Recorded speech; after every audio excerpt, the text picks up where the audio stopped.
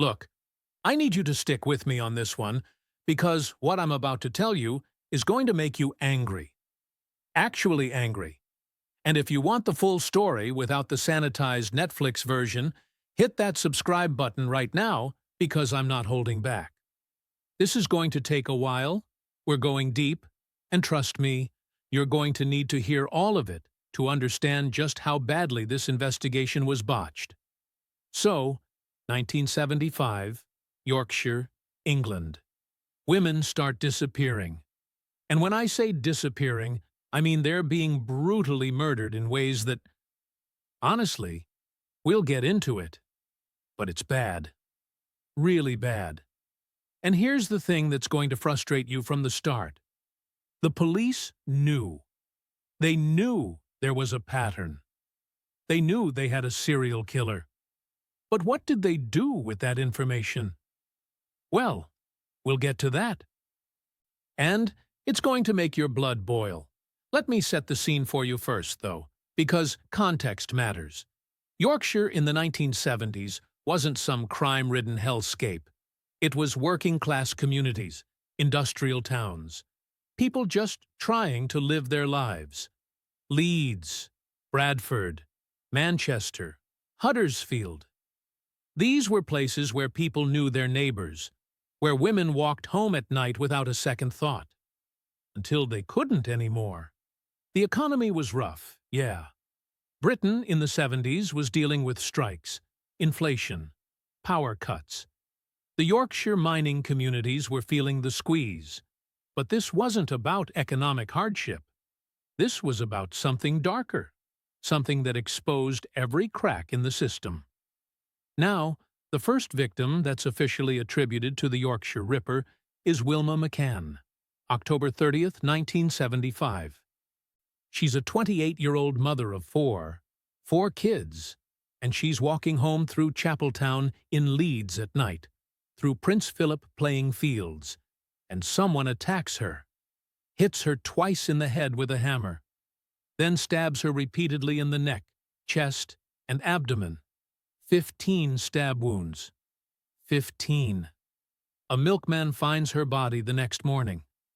And when I say body, I mean the police knew immediately this wasn't some mugging gone wrong.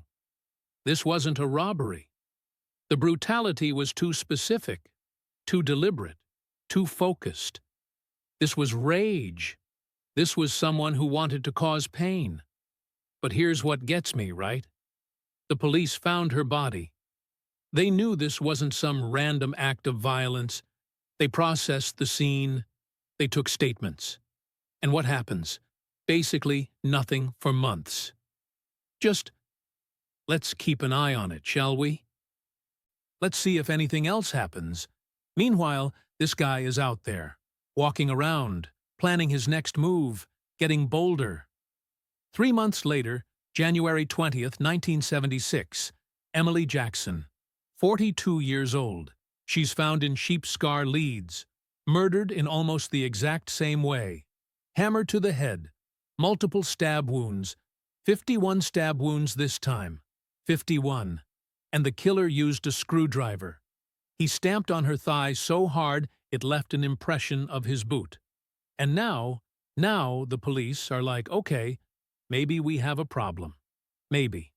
But they're still not connecting all the dots they should be connecting. They're not linking it publicly. They're not warning women properly. They're just collecting evidence and hoping something breaks.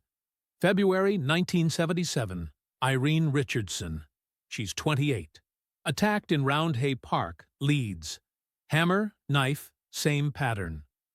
But here's where it starts to get really messy. The police start making assumptions. They look at the victims, they look at the locations, and they decide this killer is targeting sex workers specifically. Just decide that. Based on what? Based on the fact that some of the victims had done sex work? Based on where they were found? So they warn sex workers to be careful, sure, but they also basically tell every other woman in Yorkshire, "Oh, you're fine, you're not his type. He's only going after prostitutes." Can you imagine? Can you imagine being told you're safe because you're not the right kind of victim? April 1977, Patricia Atkinson. She's 32, killed in her own flat in Bradford. Her own flat. He followed her home, gained entry somehow, and murdered her in her bed. And the police are still saying it's about sex workers. Still doubling down on this theory that makes less sense with every murder. Then comes Jane MacDonald, June 26, 1977. And this is where the police should have realized they had it all wrong. Jane was 16 years old. 16. She worked at a shoe shop in Leeds. Just a normal teenager. She'd been out dancing with friends. She was walking home through Chapeltown, and he killed her. Hammer to the head. Multiple stab wounds. Same M.O., same killer. But Jane wasn't a sex worker. She was just a kid coming home from a night out. And you'd think this would be the wake-up call, right? You'd think the police would realize, oh wait, he's not just targeting one specific group of women, he's targeting all women. Any woman in the wrong place at the wrong time. The entire narrative should have shifted right there. But no. No. Instead, they hold a press conference. And at this press conference, they talk about Jane as the first innocent victim. Innocent. As if the other women somehow weren't. As if being a sex worker means you deserve to be murdered. As if your life matters less. The police chief, Ronald Gregory, he literally uses the word innocent to describe Jane and implicitly contrasts her with the other victims. Let that sink in for a second. The police, the people who are supposed to protect everyone equally, the people who are supposed to investigate every murder with the same vigor, are essentially saying some murder victims are more innocent than others. Some deaths matter more, and the media runs with it. The Ripper claims innocent victim is basically the headline everywhere. If you're not subscribed yet, and you're still watching, do it now because this gets so much worse, and you need to hear all of it. July 1977, Maureen Long survives an attack in Bradford. Survives. She's hit with a hammer, stabbed multiple times, but she lives. She gives police a description of her attacker. And they take the statement. They note it down, but they don't really do much with it. Just add it to the growing pile of evidence that's not being properly analyzed. October 1977, Jean Jourdan. She's 20 years old, murdered in Manchester. And this is where the investigation gets its biggest break, and then completely fumbles it. The killer leaves a 5-pound note in her handbag. Brand new 5-pound note. This is huge. This is the kind of clue that should crack the case wide open. And it gets better, or worse, depending on how you look at it. The killer realizes he left the note, so he goes back to the body, and he tries to cut off her head to hide her identity and delay the discovery. Mutilates her body even further, but he can't complete it, so he just leaves her there and hopes for the best. Police find the body 9 days after she was killed. They find the note. They trace it. And here's where it gets insane. They narrow it down to just 8,000 people who could have received that specific note from that specific bank on that specific day. 8,000 people. That's not a huge number in an investigation like this. That's manageable. That's doable. They start interviewing people on that list, going through them one by one, and one of them is Peter Sutcliffe. Peter William Sutcliffe, a truck driver from Bradford. Lives in the area, works night shifts, has access to a vehicle, fits the profile in multiple ways. They interview him, and you know what? They let him go. Oh, he seems nice enough. He's got an alibi from his wife. He's polite. Couldn't possibly be our guy. Never mind that his wife's alibi isn't exactly ironclad. Never mind that he's nervous during the interview. Never mind that he's literally on the list of people who could have given Jean Jordan that 5-pound note. They just let him walk. Meanwhile, the investigation continues. December 1977. Marilyn Moore survives an attack in Leeds. That's 2 survivors now who can describe their attacker. 2 women who looked him in the face and lived to tell about it. 1978, he kills 4 more women. 4. Let me tell you about them because they deserve to be more than just numbers in a statistic. January 21st, 1978, Yvonne Pearson. She's 21, murdered in Bradford. Her body isn't found for 2 months because he hid it under a sofa he found on some waste ground. 2 months she's lying there while the investigation continues around her. January 31st, 1978, Helen Ritka. She's 18 years old. 18. Killed in Huddersfield. She and her twin sister Rita used to work together for safety. They'd keep an eye on each other. But this particular night, Helen gets into a car alone. And that's it. That's all it takes. One moment of vulnerability. May 16th, 1978, Vera Millward. She's 40, 3 children. Murdered in Manchester. Attacked in the car park of Manchester Royal Infirmary. A hospital car park. This guy is getting bold. He's not even trying to be subtle anymore. September 2nd, 1978. Josephine Whitaker. And this one should have been another wake-up call. Josephine was 19. A building society clerk. She wasn't a sex worker. She was walking home from visiting her grandparents in Halifax. Halifax, a nice area. She's on a well-lit path. Doesn't matter. He attacks her with a hammer, drags her body onto grassland, stabs her repeatedly. The entire region is in panic now. And I mean panic. Women are terrified to go out at night. There are vigilante groups forming. Men patrolling the streets trying to catch this guy. The police are running the biggest manhunt in British history at this point. They've got dozens of officers working the case. They're interviewing thousands of men. Taking statements. Following leads.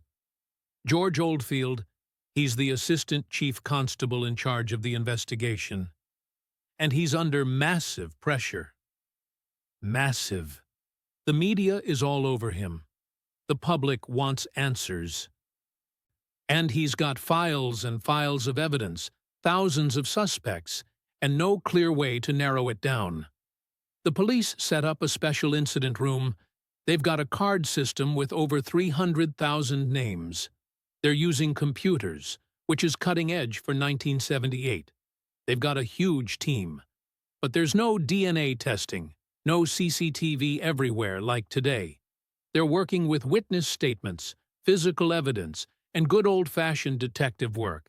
And it's not enough.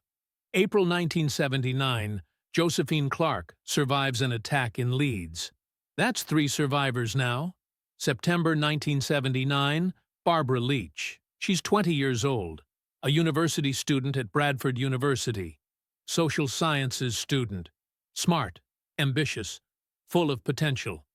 Walking home from visiting friends. He kills her in the early hours of September 2nd, leaves her body in a backyard on Grove Terrace. And this is the thing, right? Barbara's death hits different for a lot of people. Because she's a university student. Because she represents their daughters, their sisters, their friends. The kind of innocent victim the media loves to focus on. And suddenly, there's even more outrage, even more pressure on the police. Now, I need to tell you about what happens in March 1979 because this is where the investigation goes completely off the rails. Someone sends a letter to George Oldfield. A letter claiming to be from the Ripper. It's postmarked Sunderland. And the writer is taunting the police, mocking them, saying they'll never catch him. Then another letter arrives. Then a cassette tape. A tape? The writer has recorded himself speaking. He's got a Wearside accent. a very specific Northeast England accent. He calls himself Jack. Like Jack the Ripper, get it? Real, original. And on this tape, he's laughing at the police. He mentions victims by name. He says, "I'm Jack. I see you're having no luck catching me." George Oldfield listens to this tape, and he becomes convinced it's real. Absolutely convinced. He plays it at press conferences. He gets it broadcast on the radio. Millions of people hear it. Help us catch the Yorkshire Ripper. Listen to this voice. Do you recognize it? They bring in dialect coaches, linguists, trying to narrow down exactly which part of Wearside this accent is from. They're putting all their resources into finding this Wearside Jack guy, printing posters with quotes from the tape, running a massive public awareness campaign. Except, and here's the kicker, it's a hoax. It's not the Ripper at all. It's just some guy messing with them, some pathetic nobody who thought it would be funny to insert himself into a murder investigation. But the police don't know that. Or maybe they don't want to know that, because Oldfield has staked his reputation on it being real. So they focus all their attention on finding someone with a Wearside accent. They create a profile. Man from Sunderland or nearby, probably works with writing or recording equipment, probably has some connection to the case that makes him want to be involved. Peter Sutcliffe? He's from Bradford. Wrong accent. Completely wrong accent. He sounds nothing like the tape. So when he's interviewed again, and again, and again, they keep letting him go because he doesn't sound like the tape. He doesn't match the profile they've created based on a hoax. And he is interviewed. Multiple times. He's pulled in for questioning because he's on the 5-pound note list. He's interviewed because his car has been seen in red light districts. He's interviewed because he fits certain aspects of the profile. By the end of it, Peter Sutcliffe will have been interviewed by police 9 times during this investigation. 9 separate times. 9 opportunities to catch him. And they let him walk every single time. Why? Because he's polite. Because his wife gives him alibis. Because he doesn't have a Wearside accent. Because they're so convinced the tape is real that they're dismissing actual evidence in favor of chasing a voice. There are detectives who are skeptical about the tape. Officers who think it might be a hoax. But Oldfield won't hear it. He's all in.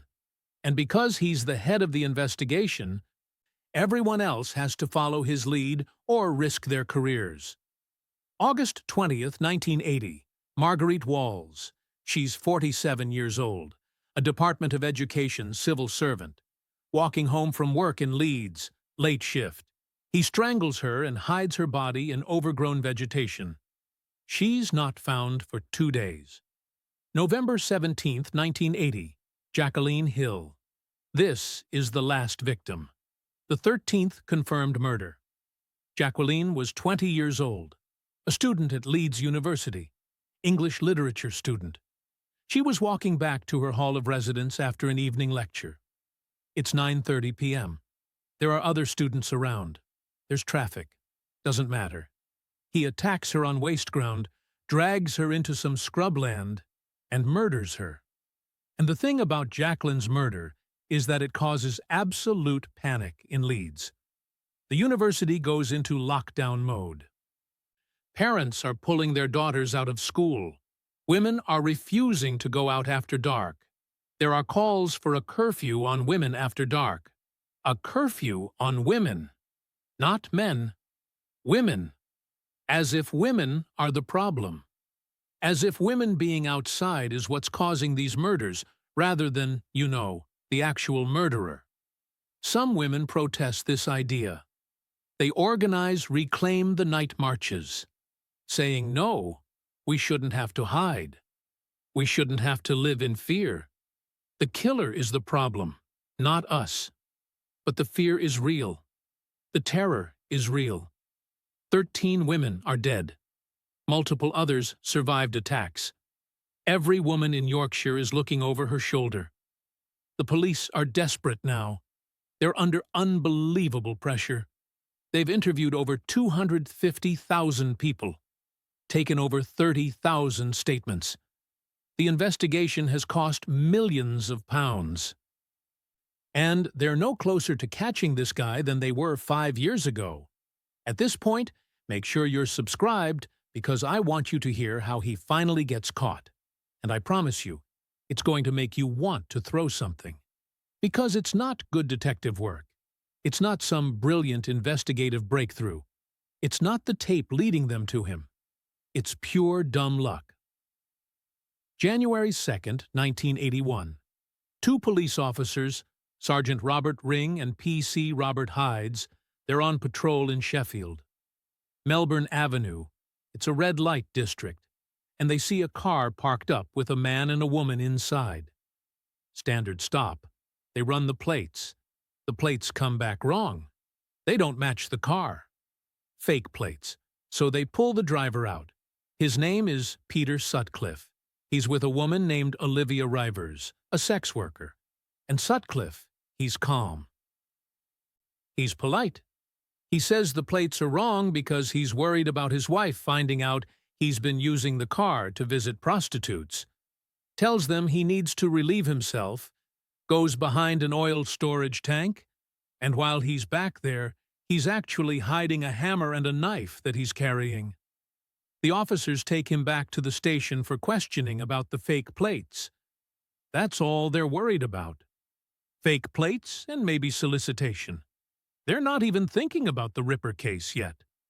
But then, something clicks. Someone at the station notices Sutcliffe's name has come up before, in connection with the Ripper investigation. Multiple times. So they start asking him more questions, digging deeper. And meanwhile, one of the arresting officers, Robert Ring, he decides to go back to Melbourne Avenue. Back to where they arrested Sutcliffe. And he searches the area properly this time. And he finds the hammer, finds the knife, finds them hidden exactly where Sutcliffe had gone to relieve himself. They bring Sutcliffe back in, start really interrogating him now, and over the next few hours, Peter Sutcliffe confesses.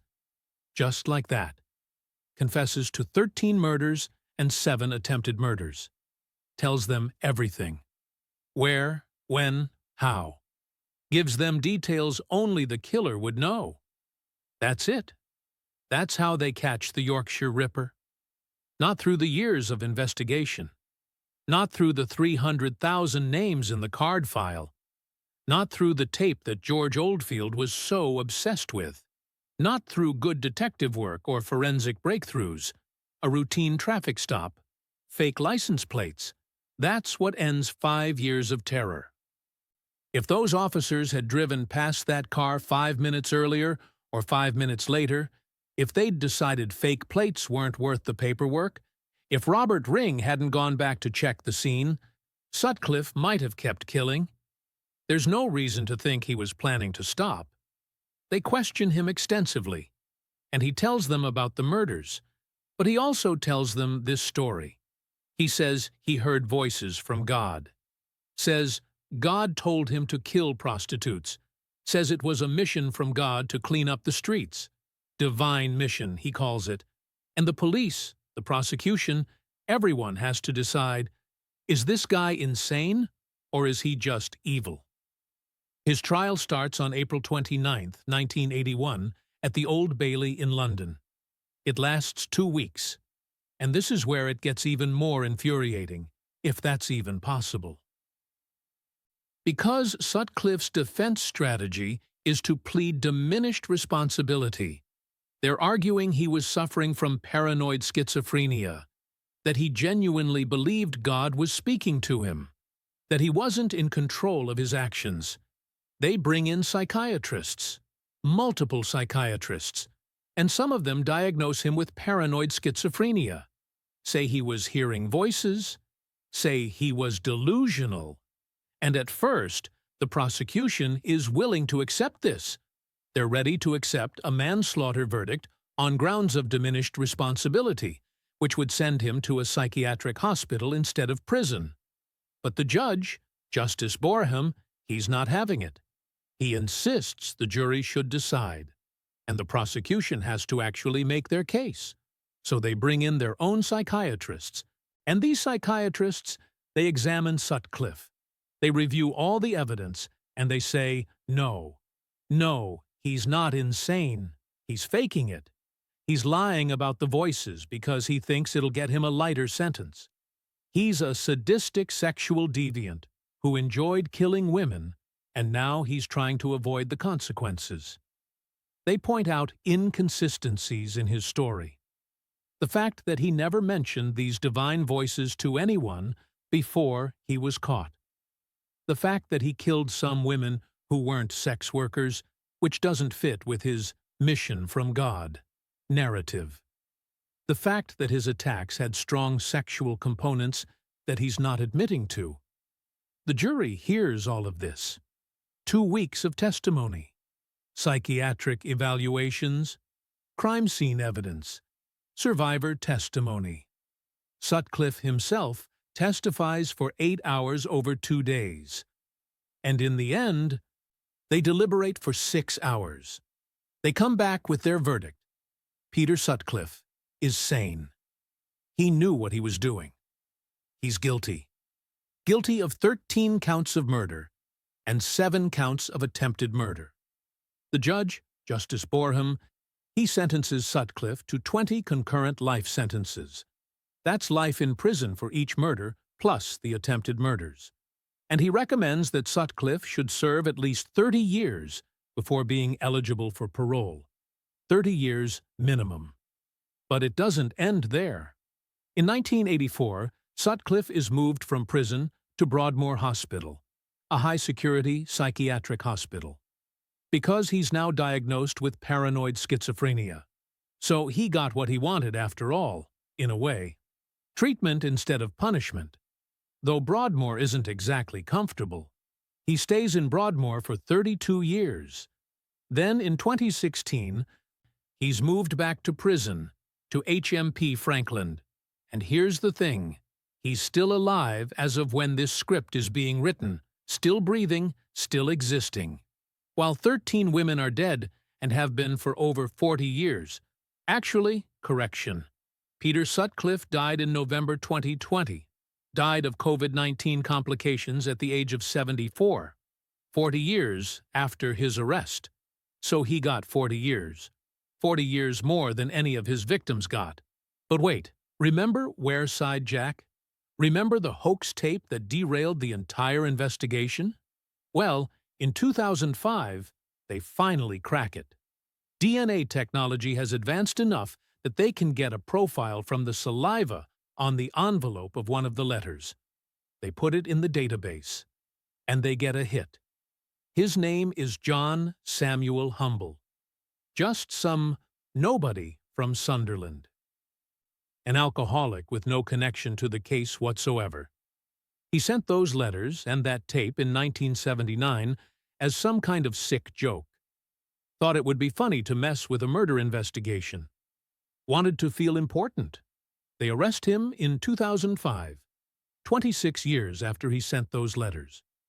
He's charged with perverting the course of justice, and in 2006, he's sentenced to 8 years in prison. 8 years. For directly contributing to the deaths of at least 3 women who were murdered while police were chasing his fake accent instead of the real killer. Because, make no mistake, women died because of that tape. Barbara Leach, Marguerite Walls, Jacqueline Hill. They were murdered after March 1979 when that tape arrived. They were murdered while police were focused on finding someone with a Wareside accent. While they were dismissing suspects who didn't match the hoax profile, John Humble serves his time, gets out. And you know what he says? He says he's sorry. Says he didn't think about the consequences. Says he was drunk and stupid. As if that makes it better. As if sorry brings back 3 women who were murdered while police chased his lies.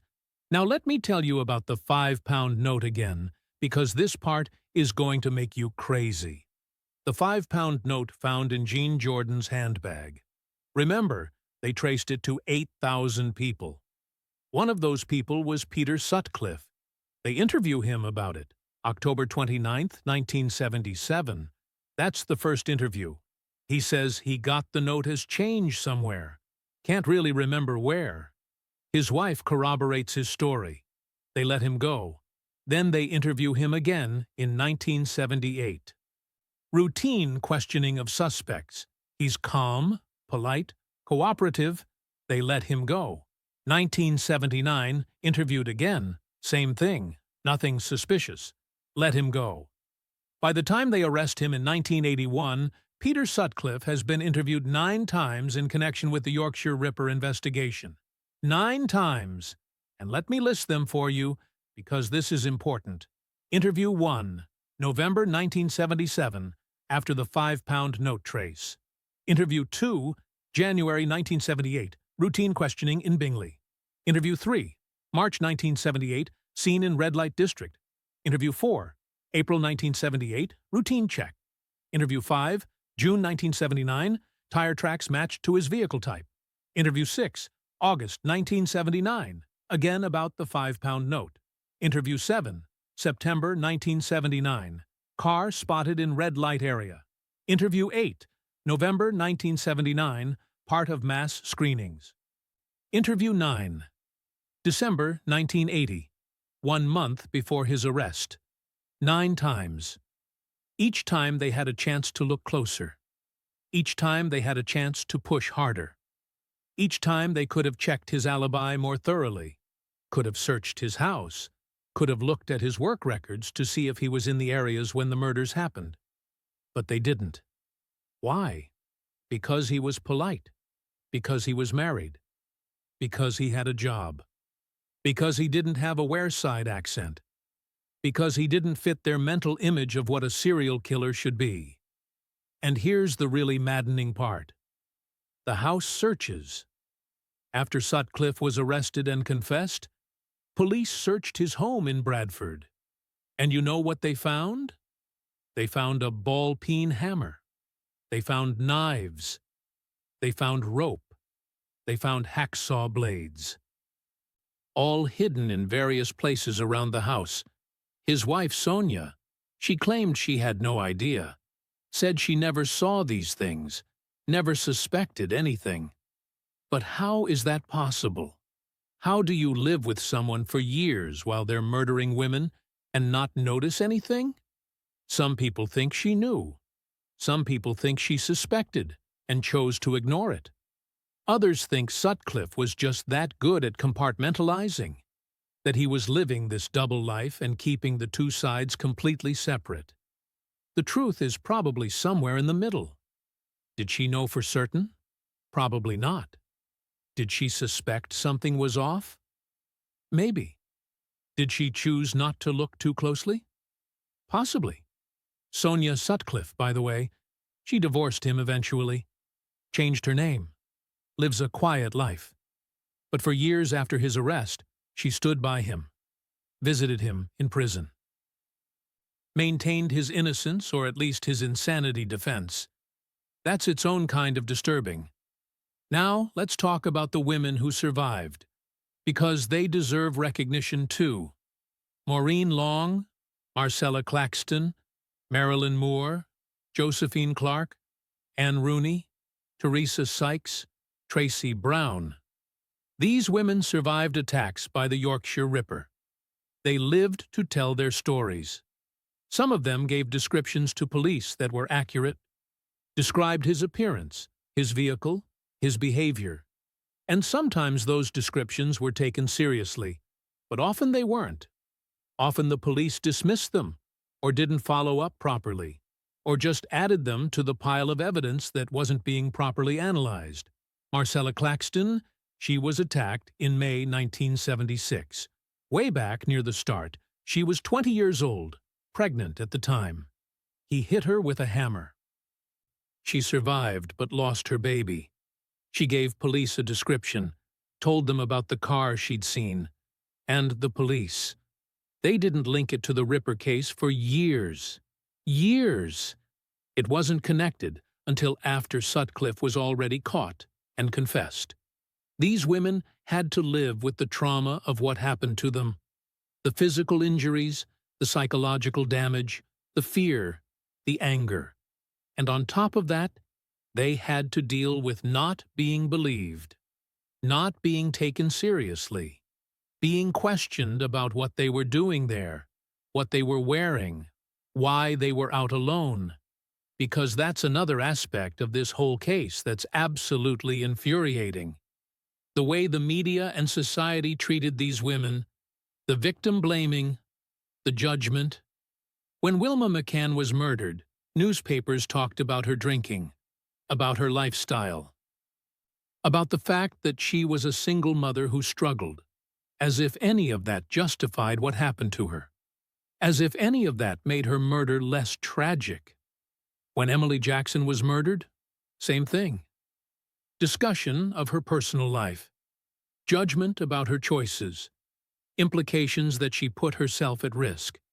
And this continued through the whole investigation.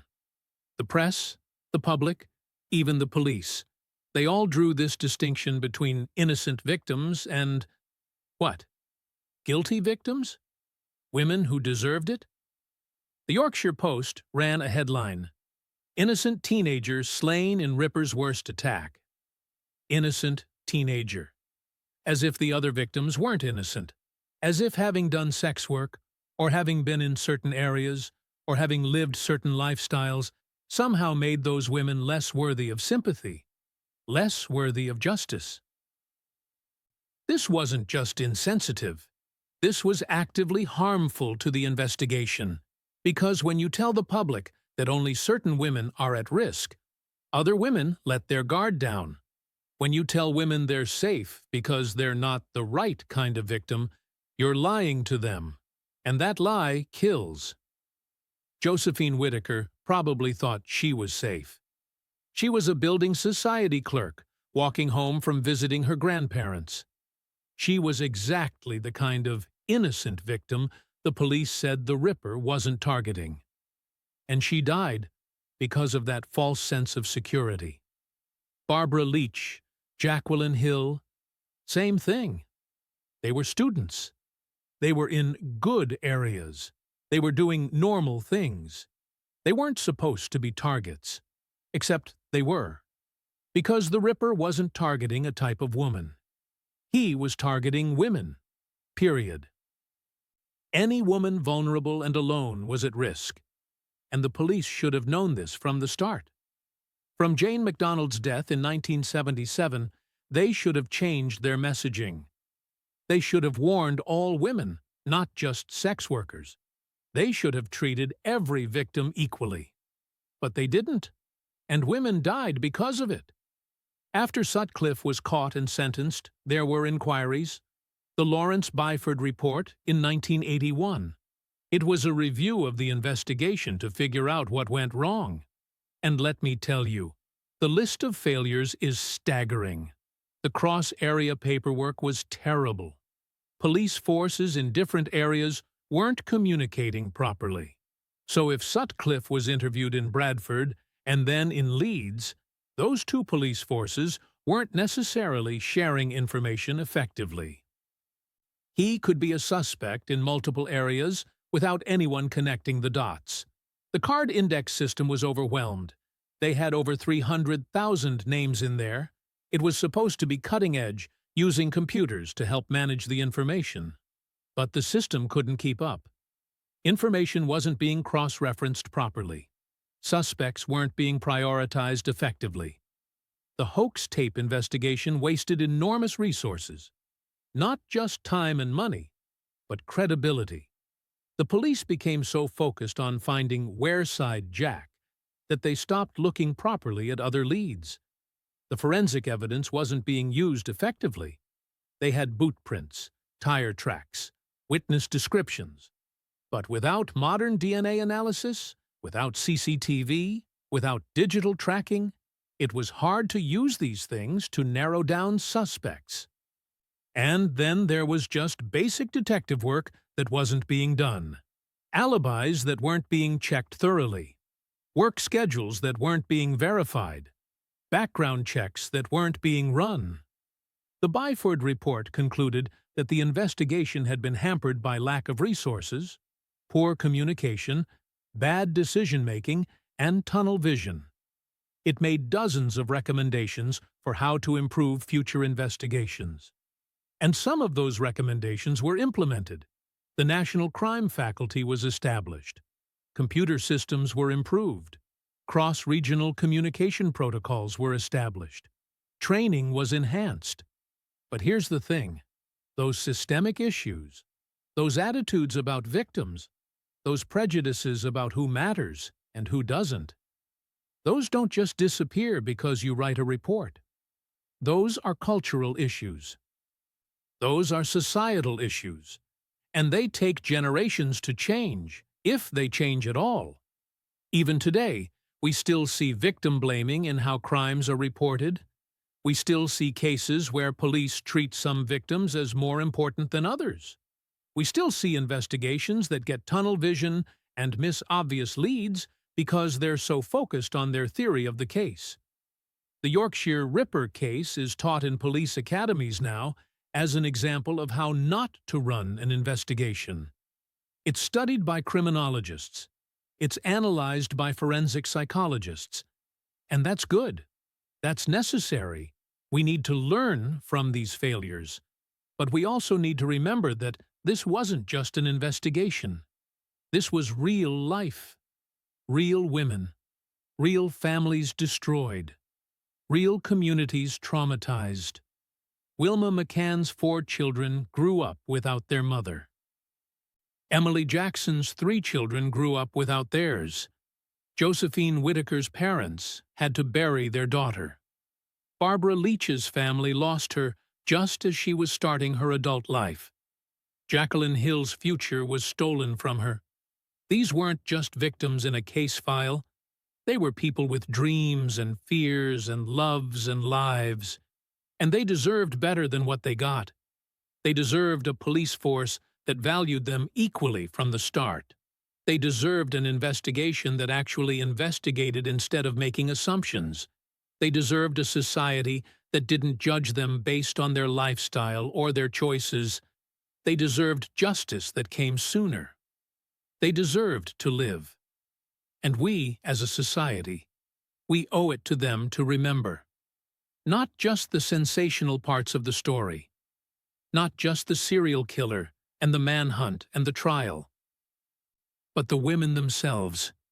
Who they were. What they meant to people. How they died. And why they shouldn't have had to. Before I wrap this up, if you've made it this far, and you're still not subscribed, what are you even doing? Hit that button. Because we need to talk about these cases. We need to remember these women as people, not just statistics, not just victims, not just numbers in a documentary. Let me say their names again, all 13 of them. Wilma McCann, 28 years old, mother of 4. Murdered October 30th, 1975.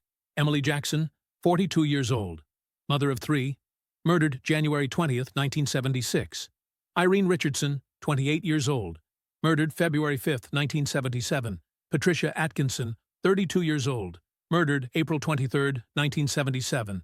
Jane McDonald, 16 years old. Murdered June 26th, 1977. Jean Jordan, 20 years old. Murdered October 1st, 1977. Yvonne Pearson, 21 years old. Murdered January 21st, 1978. Helen Ritka, 18 years old. Murdered January 31st, 1978. Vera Millward, 40 years old, mother of 3. Murdered May 16, 1978. Josephine Whitaker, 19 years old. Murdered April 4th, 1979. Barbara Leach, 20 years old. University student. Murdered September 1st, 1979. Marguerite Walls, 47 years old. Civil servant. Murdered August 20th, 1980. Jacqueline Hill, 20 years old. University student. Murdered November 17th, 1980. 13 women. 13 lives cut short. 13 families destroyed. Countless others traumatized by attacks, by fear, by the knowledge that it could have been them. And let's not forget the 7 women who survived, who fought back, who lived to tell their stories, who had to carry that trauma for the rest of their lives. The Yorkshire Ripper case isn't just a true crime story. It's not just about a serial killer. It's a case study in everything that can go wrong when prejudice meets incompetence meets bad luck. It's a reminder of what happens when we decide some lives matter more than others, when we judge victims instead of protecting them, when we let our biases cloud our judgment. George Oldfield, the officer who led the investigation and became obsessed with the hoax tape, he never really recovered from the case. The stress, the criticism, the knowledge that his decisions may have cost lives.